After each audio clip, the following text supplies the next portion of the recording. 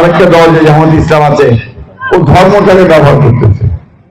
রাজনীতিতে ধর্মের ব্যবহারটা ঠিক না, ঠিক না। এখানে অনেক রকম কথা বলতে হয়, অনেক রকম সুবিধা। এখানে ধর্মকে কত ধর্মের মানুষ আছে, হিন্দু ধর্মের মানুষ আছে, বৌদ্ধ ধর্মের মানুষ আছে, আমাদের সাঁওতাল ভাইরা আছে, সকল ধর্মকে এক। তাহলে ওখানে ধর্মকে টেনে আনলে এটা একটা পক্ষপাত দিতে হবে, ঠিক না? এখানে আমাদের কথা, সোজা কথা, যে আমরা মানুষের কল্যাণ করতে চাই, এই দেশে উদারপন্থী গণতন্ত্র চাই, নির্বাচনের মাধ্যমে নিয়ে সরকার গঠন করতে চাই এবং মানুষের কথা বলার অধিকার দিতে চাই। এই যে আজকে নির্বাচনে একটা অসুবিধাই হচ্ছে আমাদের। অসুবিধা কি, আগে তো সবসময় নির্বাচন করছি নৌকা ধানের শীষ, তাই না? নৌকাটাকে চিনতাম।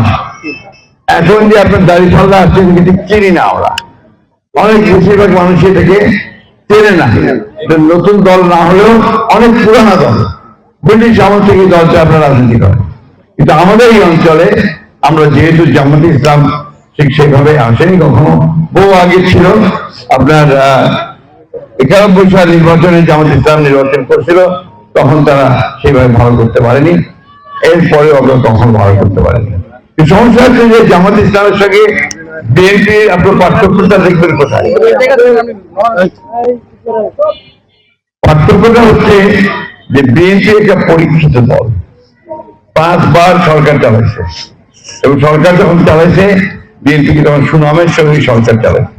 আজকে দেখেন বিএনপি যে প্রতিষ্ঠাতা শহীদ প্রেসিডেন্ট জিয়া রহমান, তিনি দেশের স্বাধীনতার ঘোষণা করতেন 1971 সালে, যুদ্ধ করেছেন, এবং তার সম্পর্কে সব মানুষ কি বলে, সব ভালো মানুষ প্রেসিডেন্ট ছিল, তাই না?